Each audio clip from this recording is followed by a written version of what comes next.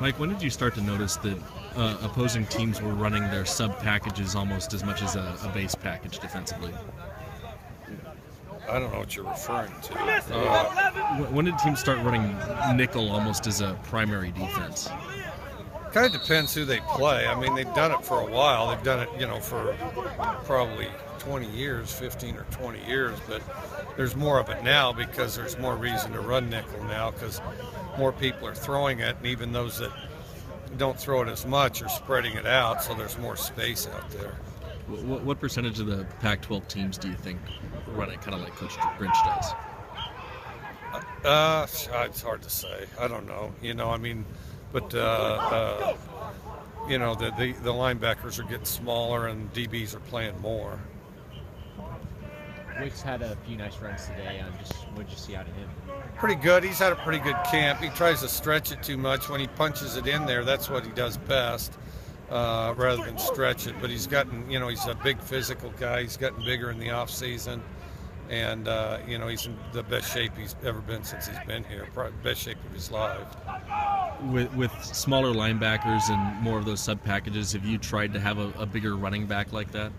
No, not necessarily. I mean, if it was so easy for them, they wouldn't be coming up with all these sub packages. Can you talk about your linebacking core and how they've performed so far this spring? I think pretty good. We're trying to develop some depth there, but I think our core guys are pretty good. And then of course they're learning a new defense, and we're playing a few more of them because outside linebacker body types, combination of DNs and former linebackers. So more of them are playing. So I think there's a learning curve still going on, but I think they're playing pretty good. They're all running to the ball. So with that learning curve, how do you try and progress that as much as possible? Just keep have spring football for the most part. Yeah. So they're on pace, and if anything, doing better than I probably would have thought. But just keep doing the same stuff.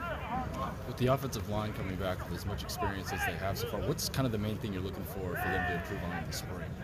Depth, and then also some guys will challenge person position, see if somebody can emerge and beat somebody out, but also have a really solid second group instead of one that you're making some compromises on. Have you noticed Colton Teglovic out there much? It seems like he's playing pretty well. Yeah, he does a good job. He's always been, a guy that hustles around, runs hard, kind of just a blue-collar guy. So he did good last year, too. We've been seeing Daniel Lilienthal make big plays in practice for a while now. Is he playing at a more consistent level like you would like? Well, he had an incredible offseason. He's for his size. He's a good combination of size and speed, and then as it comes together, because he can play even faster than he is. And there was a flash of that play, ran for a touchdown where he really played fast, and we got to get him comfortable so he plays at that speed every snap.